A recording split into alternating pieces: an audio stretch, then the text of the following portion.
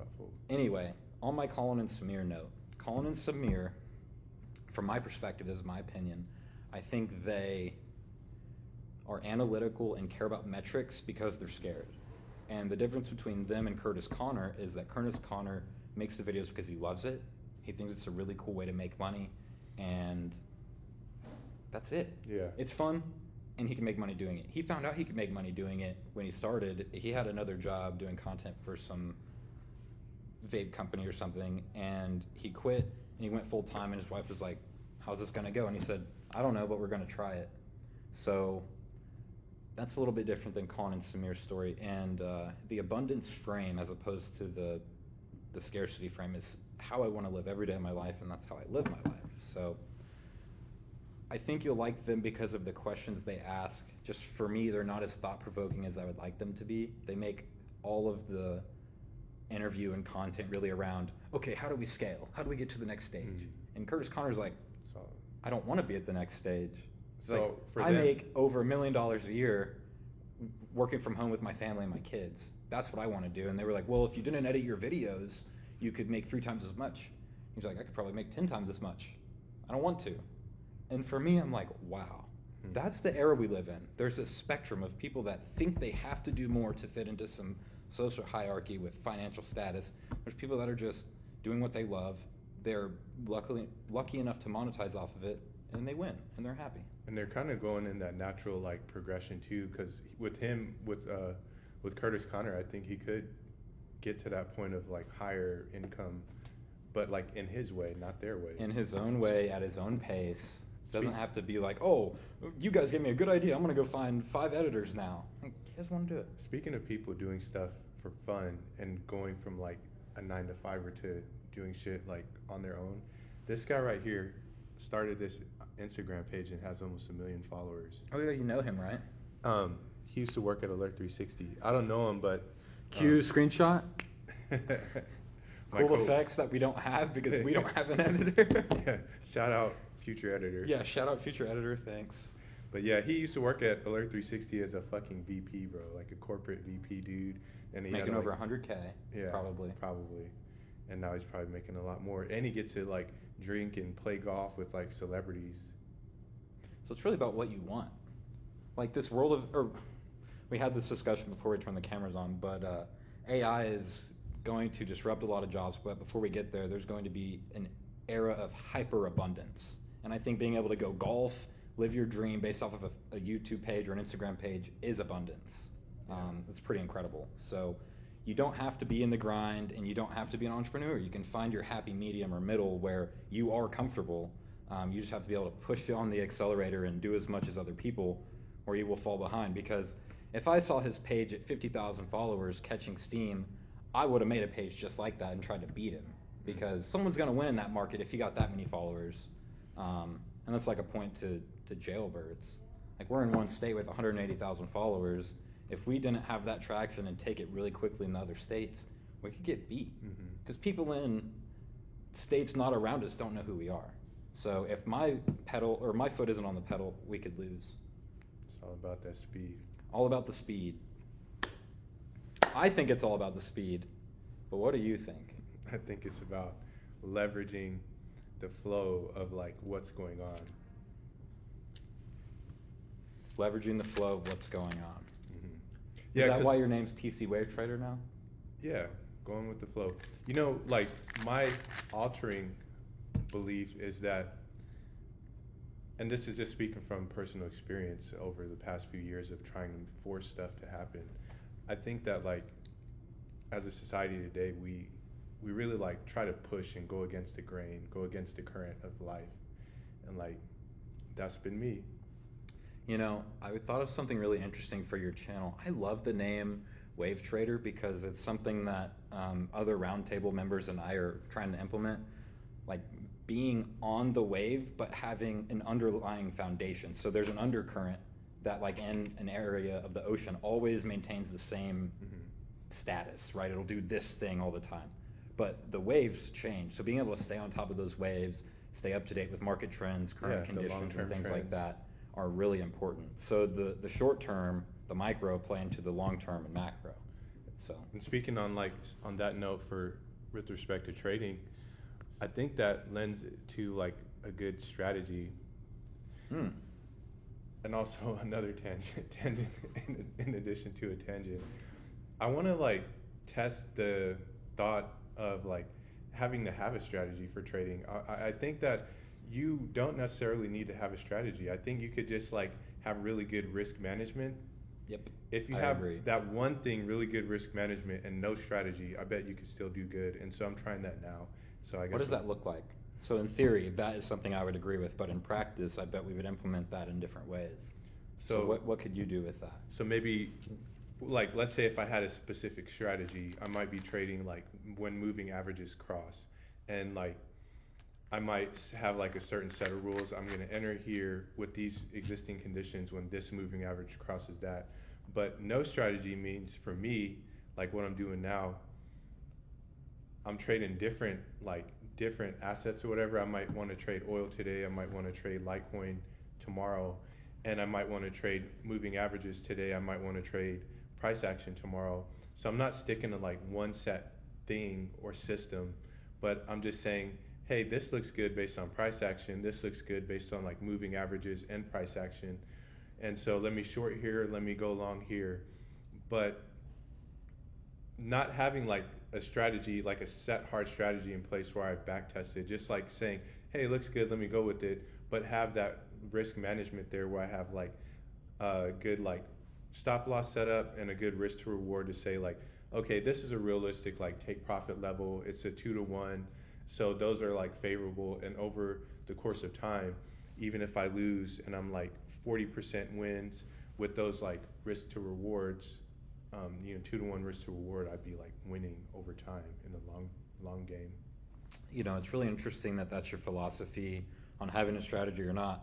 Because for me, and I want your opinion on this, you're more of a technical analysis trader, and I'm more of a fundamental analysis trader. Because I lean heavy into the business side of what's going on and what those market dynamics mean for that business in the economy. So I feel that not having a strategy for me is literally being unbiased to the news of the day and allowing that to fit into my time horizon on the play. So let's say I have an options contract that I'm looking at getting for Tesla, and with the Cybertruck coming up, I think it would be a good play. So that is a fundamental thing that doesn't have a pure strategy. It's just my outlook on the business, and if that can fit into the time horizon, then it could optimally be a good play. And I could put some of your I said we'll talk about that later, but I could take some of your playbook and implement stop losses just in case, because you don't want to lose a big portion of the bag whenever you're testing out a thesis. So in theory, it's something we talk about a lot here, and in practice, and the Cybertruck could be a really big thing in practice, but right now it's just theorized, and Elon Musk is doing a lot of things to change the game in vehicles. So, could or could not work out, but if you have downside protection, you should be good to go. I think it's really nice what you said about being unbiased. I like that. Yeah. What do you have to say about that? Do you have anything to elaborate? Because I was thinking about sports betting, but before I took that small tangent, I wanted to see. I think like it's something I've been thinking about lately too, being unbiased in trading and the positions you take. I think it's really hard. I think like for myself, I want to say and claim that I'm unbiased, but I think like really, really deeply at the core, I'm like counter trend. So even when, yeah, even bear when at heart, right? Yeah, or just or not counter even bear, trend of but like counter whatever. trend of what is happening. Yeah, Okay. and if I'm truly unbiased, I would just take in whatever I like take in for what it is. And like if I'm watching different YouTubers and they're all saying like the market's bullish, I don't have to necessarily say like, I mean, like I'll tell myself I'm unbiased, yeah, the market's bullish, but why am I looking for spots to like short and look for reversals and stuff like that? It is very intriguing. It's because I'm not unbiased. It's because I'm biased. It's because you're biased, and I think you probably have some expectation of arbitrage profit. So there's more profit to get doing your thing as opposed to doing the thing that would be on trend. Yeah. Because you think all the people looking over here are forgetting about the thing that's potentially over here. And it could So it's all potentially of- make more money, but again, the word there is potentially. But if you can also just make money going with the flow and going with the, long-term trend too. Yeah, and that's the thing about sports betting. I see a lot of people are really, really biased based off their home team. So if I'm an OU fan, I'll say, oh, well, the trend's going this way, so I'll take it. But the thing is, they take a bet that is pro OU. So you see things that fit your narrative and you ignore things that go against your narrative. So for me, the thing I try to recognize is that there's always an asymmetry with information. We will never have it all. Even if we have a scraping bot on Twitter, that's only Twitter or X. So if you're trying to do stocks, for example, or sports betting, and I'm like, well, the analysis on X says that 97% of people are bearish on this thing. What if that is only 10% of the overall market? Then you're skewed 90% off reason of what you should be going for anyway. So, yeah, again, the biggest... Everybody might be on Reddit. Everyone might be on Reddit or not commenting at all. Because not everyone wants to sell you a course. Some people like to stay in the shadows, and they could be making a lot of money telling no one about their strategy or their lack thereof of strategy. But at least with sports betting, it's been humbling. I haven't lost a lot of money, but my win percentage is not that great. And what's your win percentage, bro? Tell it all. It's less than 50, and you need 52 point something to be profitable. So I'm definitely losing. Sports betting hasn't really been my thing, but I did watch a video where this guy, he's like the #1 sports bettor in the U.S. I don't know if you've seen him on YouTube, but he's got like a 70-something% win rate, and That's he gets crazy. like $100,000 a month. Who is it? I don't remember the guy's name, but he was on like Snoo J Knows on Snoo J Knows channel, getting interviewed and kind of touring his house and car and stuff. Yeah. So from hearing from him, what do you think his strategy is? Without knowing anything about sports betting, like the thing is, you don't really need to know about it. You need to know about the person, and maybe he is a single success story. But if we can extrapolate that out, maybe we can find parallels. Like, yeah, I don't know anything about sports betting, and so the thing that I could pick up though, just off of the vibes of that person, I think he might be like more true or more pure to being unbiased. The way he talks and carries himself, he just kind of like don't really give a fuck about anything. So I'm sure he probably doesn't get like really attached to one like thought pattern. Let me tell you a funny story. So one of my friends, I'll just say one of my friends, I have this running joke with them. So in my sports betting group we say for sure bets. So if someone has a lock for the weekend, they say it's a for sure bet, get in now before the odds change. I would say 9 times out of 10, these for sure bets lose. And how would a for sure bet lose if you have done analytics or you have some reasoning for it? It's because everyone is biased. And these biases typically based off the fact that you look at a number on ESPN or whatever app you're using, you're like, oh, that is so off. And, oh, I think this guy, like for longest touchdown of the game, maybe you're like, oh, this team is so good, they'll get the longest touchdown. But that isn't a for sure bet. That's just something like, okay, statistically speaking, the team's better, so they should win that. But I think that is why Vegas makes so much money and why gambling is technically so bad, because everyone has such a strong propensity to bias before reason. So I've told people in my betting community, I'm like, hey, these probably aren't for sure bets. And they're like, no, this one's good. This one is going to be so good. You got to get in. And just 9 out of 10 times they're like, wow, that was a fluke. Like, how many flukes do you have before it's not a fluke anymore and it's just you being wrong about what a for sure bet is? So I would say, and it's very strange because I don't know that much about sports, my win percentage, making bets only myself versus with my betting community, I win more by myself. What? Yeah, because I don't have all this outside static of these random people that don't have a... You don't have all the outside distractions impacting your bias. Yes, well, and their points of information. So you could say it's distraction, but I say static because they could say, oh, I'm on... Like some guy could say, I'm on Reddit. Another guy could say, I'm on X, and I have all this information, and they could be aligned. But again, that could be 20% of the overall money being placed on the game in general. So the best thing I've found is to be extremely cautious. If something seems too good to be true, even if it isn't, don't take it. Like, you don't want to go for the diamond in the rough, too good to be true. I'm going to get to $1 million with this bet, or I'm going to make 15x my money. You can make a conservative and fair amount of money even with just $1,000. Like, over the weekend, I made like $350 on 1,000. Nice. That's pretty great. I watched one interview with a successful trader, and that's his approach and vibe. Overall vibe is just like, don't be greedy. Just be happy with clipping the wins. His risk to reward on like literally every trade, and he's super consistent with it, is like 2 to 1. And the way he like positions it, the 2 to 1 is just based off of like 25 pips or something. He trades Forex, so if he can grab just like a small move, a couple small moves a day or a week, he's happy. And like over time, his bag is growing because he's not going fucking crazy. Well, and if you think about the people that want to hit the Hail Mary, like let's say something goes up. I'm guilty. Yeah, right. Let's say something goes up an average of 5% on a certain type of move.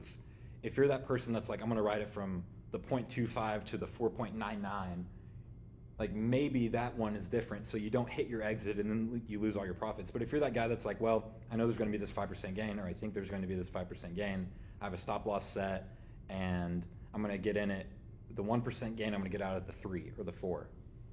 So the question is it better to make whatever the math is, 66% of what the other person could have potentially made and get that more percentage of the time, or make what the first guy could have made but make only 1/10 of the time?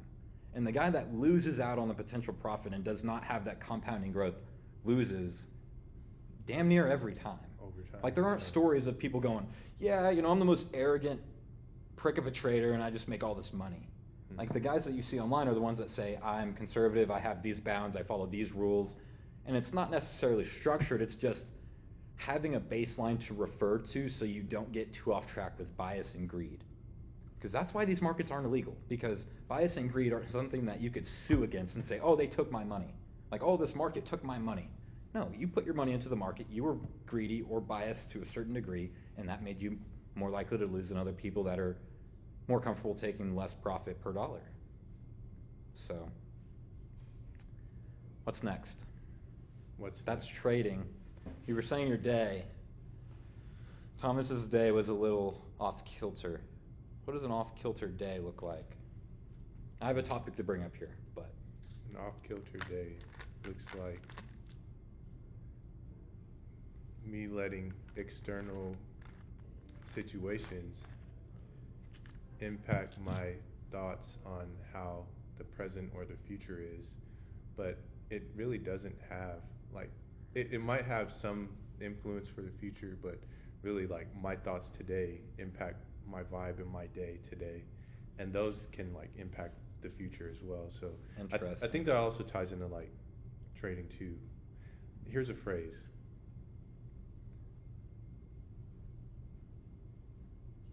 don't be attached to the outcomes. What does that mean to you? It means you don't control the future, and you don't know. You literally don't know anything about the future. So with like trading, you don't know if it's going to hit your target, if it's going to go up or down. And if you approach like trading with that framework of like, I legit don't know, then you really could probably trade more bias free. And it's a good like life thing too. It's a good life thing too. Yeah, I would say, well, there's the saying that I like. It's something I hear a lot in like the construction field, where someone's like, oh, you had this deadline and it rained and you didn't meet the deadline. Didn't you see the radar? It's like, well, yeah, but if I could tell the future, I wouldn't be in the construction industry, right? So if you knew the outcome of said thing, you probably wouldn't even be doing said thing, because you would be so rich telling the future to everyone that wanted to, like billionaires that wanted to know the future. So to your point of not being tied to the outcome, but understanding the outcome as a product of certain things that you can reuse. Like for past events, the past was once the future. So now if it's the past, I can use it because I'm not dead. I'm here, I'm alive. Touch. So if you're not dead, you can take those experiences, because that's all they are, good and bad experiences, and take them into the future, and you can tell stories about them, where you can make them where you harness and leverage them to succeed. So I wanted to ask you a question. I didn't want it to feed into my pre-existing desire to talk about the thing, but I think it does actually fit. When you were talking about how you feel today may be affecting the present and the future, what does your self-talk look like or sound like when you're talking to yourself? Because I discovered recently, as I talked to a few different people, that people really talk bad to themselves. Yeah. So for you, I'm just curious if that's something that you have to handle every day, or if, you know. I think I still have like negative self-talk to a degree. Over the recent years, I've gotten better with it, but to be like super transparent and like Yeah, there's nothing on wrong point with it because everyone does, and I was so baffled by this. Yeah, for me specifically today, my self-talk was something along the lines of like, fuck, your credit cards are almost maxed out. You got like no cash, telling it all. You got no cash right now. You're like a week away from payday, and you got stuff that's like past due too. You're fucked. That's what I thinking. That's what my self-talk was today. But on the flip side of that, like, it's a beautiful life. I got cool shit to play with. I got food. The videos are coming, so the YouTube channel has to take off, guys. Go follow that channel. Get him some bread for payday. Yeah. No. What do you think that does to your overall outcome? Yeah, man, that's bad. It influences what that does is your overall outcome. That like specifically for me, it had me thinking like, well, man, should I go drive Uber or something and get like some extra cash? I'd try to drive Uber for a few hours and get like, $50 or $100 or whatever. And I'm not saying that's like bad or whatever, but if you have something else that you should be doing and you should be doing, it's taken away from that. Even money-making opportunities aside, I think having a negative state of mind maybe even pushes you further away from doing like anything. So maybe you were going to take out the trash. You were like, oh, like yesterday you were like, I'm going to take out the trash tomorrow. But today you have all these negative self-realizations or actualizations, and you're like, I'm not taking out the fucking trash today. I'll do the trash tomorrow. Like, I got other things to worry about.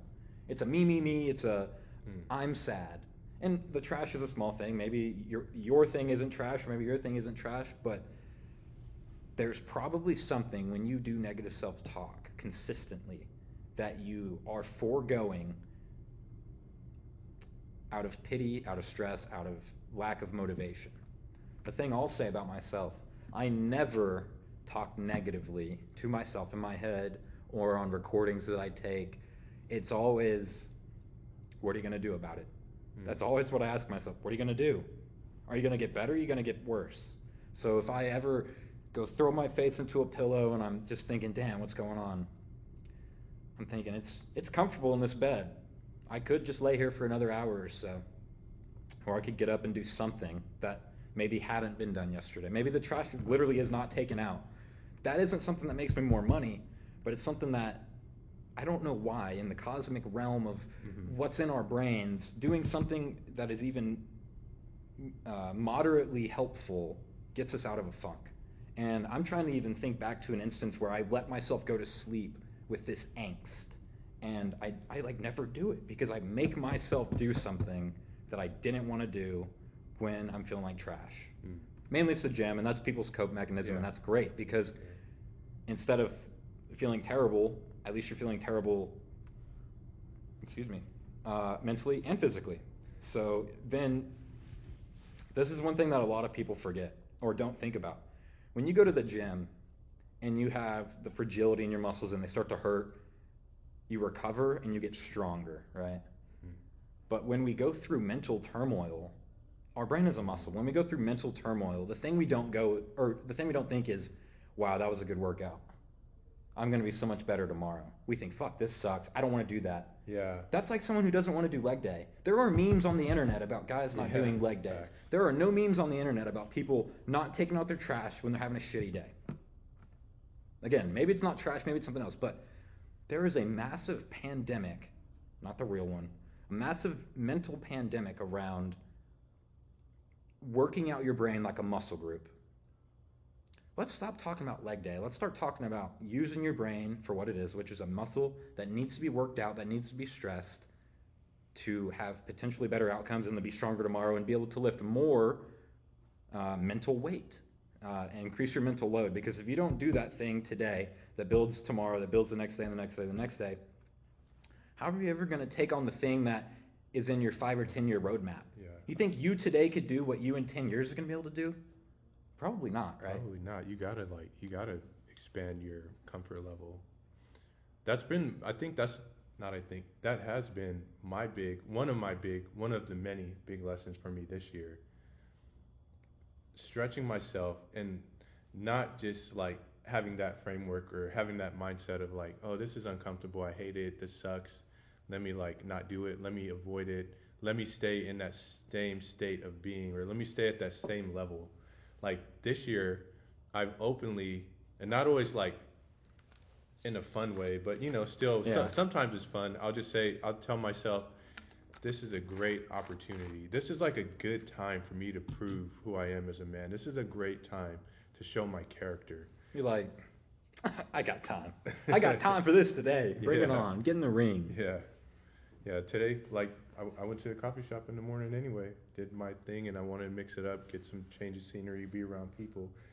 Well, here we are too, right? Yeah, and here we are today too. Yeah, you probably were like, damn, that's going to suck. I had a call this morning that didn't go great, and I was like, no, it wasn't. That wasn't my thought, bro. I got to tell you, this wasn't my thought. It was to my point. With my like whatever negative vibes, I longed for this moment. I looked forward to it, and I said, "Fuck my feelings. Like I'm gonna do something different and get out of my like whatever shell." That's awesome. That's the thing that I really do think could be really beneficial about the Roundtable Fireside Chats. It's about business, but it's also about what we do outside of business. And this is kind of a small tangent, but we can get back to it. I just had a question for you. Have you ever had a Friday night around a campfire with friends, like maybe back in high school or college or whatever period of time, right, where someone has the fire illuminating their face and they're just telling this really badass story, and you get heat inside, like you're passionate about this thing, and you're like, wow, this is incredible. Has that ever happened to you, or is that just an experience I've had? I think it might be an experience you've had. I've had the fireside moments, but no moments that I can recall where I felt like the fire and I was just like enthralled in the story. Well, let me even say this. So, like Zach Bryan, he's a famous country artist for those that don't know. Zach Bryan, I actually know the guy that recorded this. It's kind of cool. It was a few years ago. He was recording by the campfire, and Zach Bryan was just like singing away, and everyone around him was just like blown away because it was the first time he had like sung this song or whatever. And that's not like business or life related or the Roundtable related, but it's an experience that Zach and everyone around the campfire was just freed. They weren't looking at their watches. They weren't like, damn, like it's time to go. They weren't like, I need to pick up my groceries from Walmart. They weren't like, oh, this assignment to do. It was, we're living in this moment right now. This is the moment we need to have because we can absorb the energy from this current time, and we can have that as a memory, like into the future, to look back on and go, wow, that was worth living. And so if you have more events and experiences worth living with people that you enjoy, that makes the hardships a little bit easier. Because you're not just like, dang, it's me against the world. You're like, well, this really sucks. Maybe I need to call this person and get this point of view, or I need to call someone else from the round table and get that point of view. And you have the power. You have the power and like choice to like try to make those like events happen more frequently throughout your day and your week. You know, that's a really good point. Everyone is so busy, you know? All the time there's something to do. So it just really raised, and I've been thinking about this for a while, so that's why I don't have great words for it, because I've had so many different thoughts. But I'm not saying we do one of these every day, but just it raises the question, if this is something that brings us a lot of joy, why would we not do more of it? Mm-hmm. Because drugs bring them joy. They will sell the clothes on their children's back to have more drugs to get the next hit. So it really just makes me think, is a drug addict more convicted to feel good than me? That's a really interesting point. That is insane to think about, isn't it? Mm-hmm. Again, maybe we don't have time to do one of these face-to-face every day. Maybe we don't have, as much content. But just the fact that a literal drug addict on the street outside, like I saw one on the way here, I was like, man, he's about his grind. I don't love that he's doing drugs. He's consistent. Consistently going to have one thing in his life, and that's his drug. So if we're sad, I bet we're sad more than that guy, because that guy goes and gets what he needs. He doesn't want to live in, a really nice place. He wants to stay where he stays, in a homeless shelter or under a bridge or whatever. That's fine. But he gets his drug. So we all have a drug. We all have something we truly, deeply desire and need. And I think we've been trained in society to just stay, I hate to use this terminology, but on the rat wheel. We just get on this rat wheel, and staying perpetually in this state of motion allows us to forget about these things or think about them so much that we're paralyzed from getting off the wheel, getting a drink of water, getting fresh air, doing something that would be beneficial to ourselves. So, I don't know. What do you think about that? A drug addict doing what they're going to do more than you doing what you want to do. It makes me feel bad, and it makes me mad too. Like, get your shit together. And no, but I mean, it's not even something to really make you feel bad, because you and me are not the only ones that do this. I feel like this is a common thing that everyone goes through. Like, the drug addict is outworking them in some way because their goal is that thing, and they're getting that thing, and they're getting that feeling. Meanwhile, all of us every day do things that maybe don't bring us as much joy. So our lows, our troughs are potentially lower than that drug addict's. And our highs maybe aren't even higher than theirs, because we have such distance between the ebbs and flows. Like, maybe they're every day doing this, and we're like up, and we don't have an up until all the way over here. So in theory, that's what I have to say about it. In practice, I'm not there on a solution yet, but I think for me, having these conversations and putting myself in a position to be heard and to hear more people is definitely something that's going to help me get that hit of dopamine that I want every day, or every whatever period of time. So you were mentioning things that you want to do every day, like going to the coffee house or doing X, Y, and Z, doing a product video on YouTube. Those things bring you joy. So no matter what you do, you got to make time for that thing, because the job's going to be there, like it or not. The family's going to be there. Everything's going to be there. But one day we die, and that's something I tell you a lot. We die.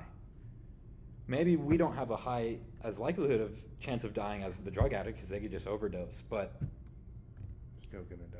We're still gonna die. Our time is limited. We don't know what tomorrow holds. We don't know if tomorrow holds anything. Which is another point. Like, we don't. A lot of people worry about stuff they don't need to worry about, because if you think from that lens of like, we die, you're not gonna really like stress out about like, I don't have like this thing, I don't have the money for that, or I don't have like this whatever for my wedding arrangement, or exactly anything. Like, you know what's compelling?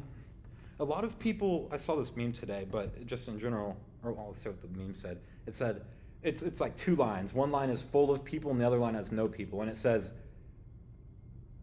the desire to win is where everyone's at. The desire to do the work that it takes to win, no one wants to do that. Because everyone wants to feel like they're winning, but they're like, oh, you got to wake up early every day? Oh, I can't watch a Netflix every night? There's a new movie out tonight. Like, I got to go watch my Netflix. Yeah. If you want to win, you can't do those things. And to relate it to the we all die point, we don't know what's going to happen. We can't worry that we don't have something today, because maybe we only thought about getting it yesterday. Maybe it only bothered us yesterday. I guarantee you, someone with a supercar, they weren't just yesterday like, you know what, I'm going to get a supercar. The people in our generation that are thinking about supercars thought about that supercar 5 years ago. They had a poster on their wall. They made the YouTube channel. They made the videos every day that you didn't want to make. They deleted their Netflix subscription that you didn't want to delete. They did all the things that you didn't want to do. Okay, so that's how it relates to this meme that I saw. Everyone has the desire to win and the desire to feel like they want this thing and worry about this thing, but not everyone has the desire to go do the work that it takes to have that thing, be that thing, feel that thing. It's not easy. Having a successful marriage, not easy. Having a successful business partner, very hard for me. All this stuff is really hard. These people don't just wake up being a amazing piano player or anything of the sort. Like, you got to put in hard work and effort and determination, and you have to give up a lot of stuff that we've been trained on the rat wheel in society to accept as normal. Binge watching. The word binge watching on Netflix, not a term I like. If you're binge watching stuff, you're not achieving your goals. I'm sorry, it's just not happening. Okay. Same. It's a turn off for me too. It's not happening. Not saying I don't do it. Yeah, I'm not saying I don't do it. I've done it, but like when I look at myself compared to other people, I do it a lot less. Well, and if we're talking about the things that it takes to win, it takes time, energy, effort. If you're flipping through Netflix, there are better things you could be doing. Flipping through your social media on one of your business pages, flipping through TikToks to get content ideas. There's so much stuff to be doing. A few of the higher level influencers today talk about speed, and they talk about the art of doing, not the art of analyzing. Like, no one's talking about analyzing stuff. People are talking about doing things. So we do stuff. If you don't, someone else will. And they might not even do it better than you, but if they're doing it... And you're not? The tortoise and the hare, I don't know who invented that or thought of that, but that is one of the truest things ever. The tortoise just doing stuff. Yeah, sure, you want to be fast. Maybe you don't want to be a tortoise. Maybe if you're a tortoise, you want to talk to a few bunnies, tell them, yo, I'm running this race, I'm going to get on your back, boom, let's go. But if you're the hare getting all cocky and not doing stuff that you should, not going to win. Kevin Durant wasn't the best basketball player, or isn't one of the best basketball players because he's tall. A lot of people are tall. Kevin Durant and Stephen Curry and guys like that, they're in the gym before everyone else. They leave the gym after everyone else. They're talking to people in the gym about how to be better teammates. They're doing the things that winners do, okay? It's not a secret formula. It's just caring so much about your craft that you don't just accept what someone else has on your schedule for, oh, go do 100 laps or shoot 100 jump shots. Do 250 jump shots. Run 125 laps. Whatever it is. Anything to add to that topic? You don't need a master plan. You just need to master the fucking plan. That's right. That's right. What does that mean, Tom? What the hell does that mean? I thought I knew what it meant, but I don't. So, for those superstar NBA basketball players, it means exactly what you said. They're not out there trying to find like new fancy like Eastern medicines to, you know. So they don't want the master plan, the silver bullet, so to speak. They just want a gun with bullets. They want to have some ammunition. They're not going to some special coach to give them some magical acupuncture in their ass cheeks to make them jump like 5 feet higher. They're just like no ass cheek shots, only jump shots. Right, only jump shots. They're going to be in the gym saying, okay, I'm going to jump like 500 times more than I did yesterday. Yeah, there's something to be said about passion at the end of the day. Maybe some people do stuff for the money, but I think most people that are successful, that have platforms, that have told stories in our generation and the generations before and the generations to come, it'll all be about passion. Mr. Beast counted to 100,000 on his first video. Do you think he did that for the money? No, he was passionate about being a content creator who knew what type of content he wanted to relate with people on, and he made it. That's passion. I'm not counting to 100,000 for you guys. Sorry, it's not happening. So there's like three YouTube channels I've been kind of following here lately, and I think that that's the thing that makes them stand out is the passion, or in other words, you could say like the authenticity. They're authentic to their passion. They're just like super real. Two of the channels don't even put up thumbnails on their videos. They just like plop the iPhone up and start talking. That's like Lex Friedman. His thumbnails are the same every time. It's nothing flashy. Some green text, the face of the person, and some blue text saying the episode number. Like, doesn't have to be advanced. What's the saying that I have? Oops. I need to shut this blind. Pause. Get in my face. Oh, we can end on this. Okay. And pause. Shit.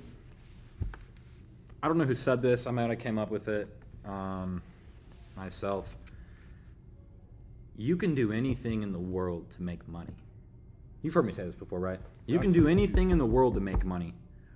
The question is, what do you want to be doing to make money, and who do you want to be doing it with? If you can find a community that you enjoy being with, people you enjoy being with, and a hobby you enjoy doing regardless, those things will make you a lot of money. Regardless of industry, regardless of what's going on in the economy, that will make you a winner. And that's based on passion, that's based off of consistency.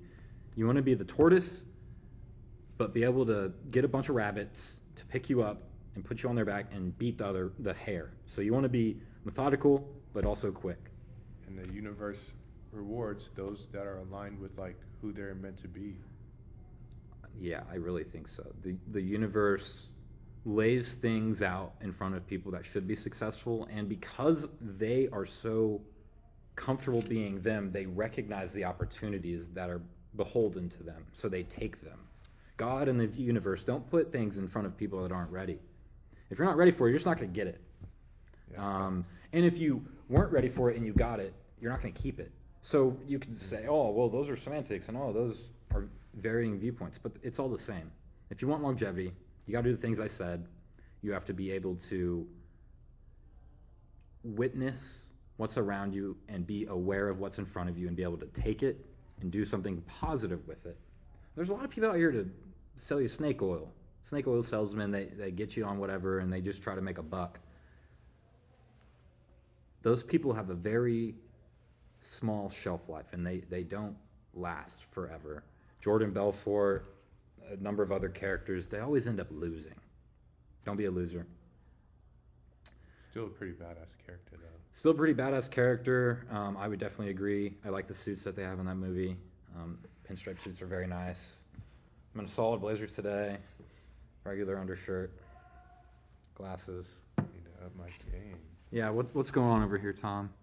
What fit do you got? You got the... You know, what if I told you about checkered shirts?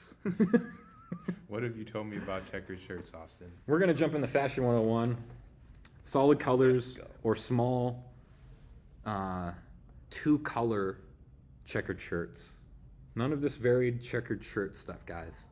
This Columbia jacket, though, very nice. It's got the new shades on. Those are also very nice. Click this video here, somewhere, right there, here, to watch his tutorial video on the sunglasses.